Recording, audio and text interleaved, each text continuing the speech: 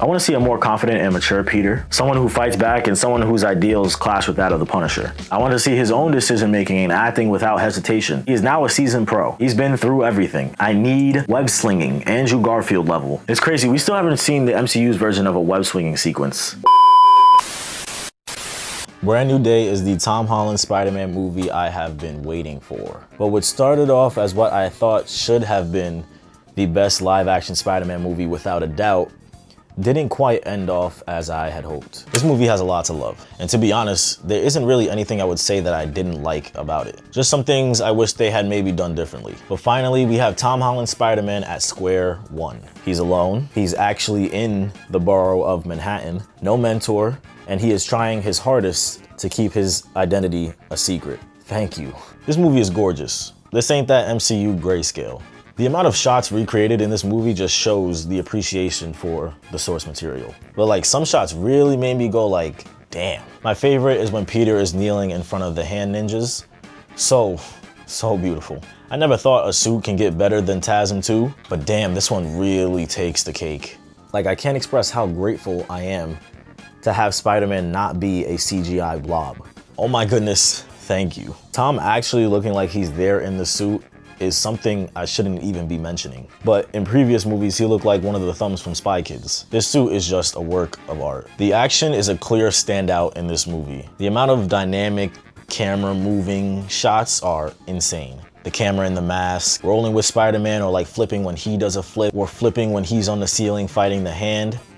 It makes it feel real, like Spider-Man is in real life. A lot of the fights are literally grounded. You can tell that it's real choreography going on. Spider-Man running from the Hulk with the camera spinning is just nerd dopamine. Such gas. The movie surprisingly handles so many characters well. Frank and Peter are hilarious together. I said recently that Simon and Trevor are probably the best duo in the MCU, but I don't know if anybody can beat Frank and Spidey. And Frank plays an important role in this, being one of the only people and friends Peter has. I kind of do wish Daredevil and Punisher One Last Kill worked more into this, but I get they wanted to keep the story contained, which is understandable. I'm a little disappointed with Hulk. Yes, we got an angry Hulk again.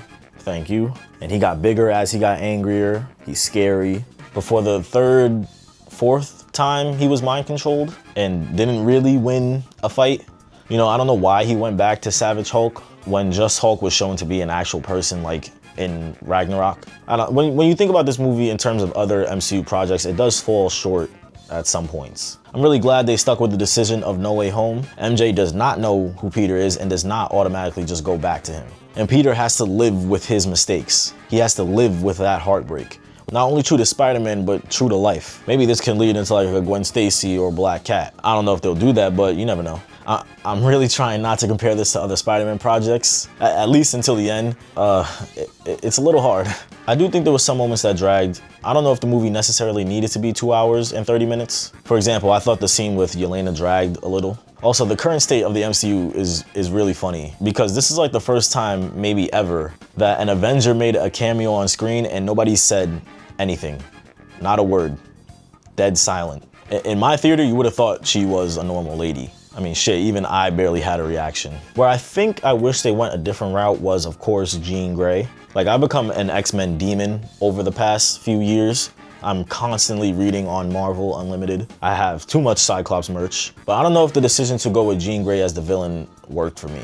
Not bad, of course, but I was just hoping for an actual Spider-Man villain. You know, think about it. This is the first and only Spider-Man movie where the main villain isn't a Spider-Man one. And I mean, you have Scorpion and Tombstone right there, and you could kind of say they were wasted. I mean, Tombstone, yeah. Maybe they were laying the groundwork for the future, but we waited damn near 10 years for Scorpion and he has like 3 scenes. Don't get me wrong, crossovers happen all the time. In between main stories, you'll have Spider-Man doing something random as hell with somebody random as hell. Like, this feels like something that would happen in an episode of a Spider-Man TV show. It's definitely something different and new. Guess I'm just not used to it. Like, if you think about it, every villain up until this point was like a big bad. Some mad crazy powers of some type. But Jean doesn't even throw a single punch in this movie. And she actually isn't even really like a bad villain, which is kind of a first for a Spider-Man movie. But you know, I guess not every Spider-Man movie is gonna be the death of Gwen Stacy or the final chapter. It's just that it's a movie, so usually we think that it should. And I always liked Sadie Sink as an actor. I'm glad they're going this young for X-Men. That's a good sign. When I say it didn't quite end off as I hoped, I feel the second half, maybe last quarter, it was sort of drifting away from Spider-Man. It would like very closely become an X-Men origin story, but then pull back and kind of toss between that. And I don't know if the fake out death was necessary, but the evolution to organic webs is genius. It's funny how fan theories usually turn out to be just so wrong. Like we all thought Man Spider was happening.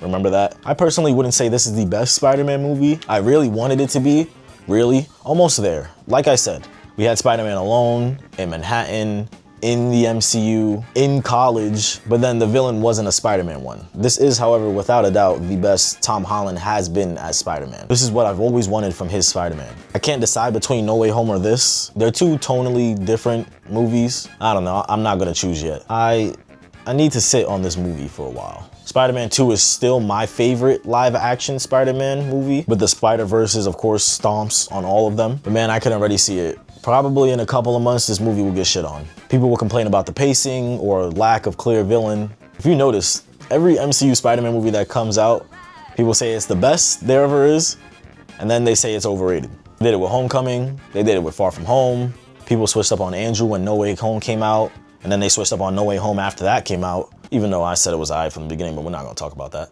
But only time will tell how people feel about Brand New Day. But I'm gonna go with an 8 out of 10. We'll see after another watch. Maybe I'll make another 2-hour long Spider-Man video with better audio.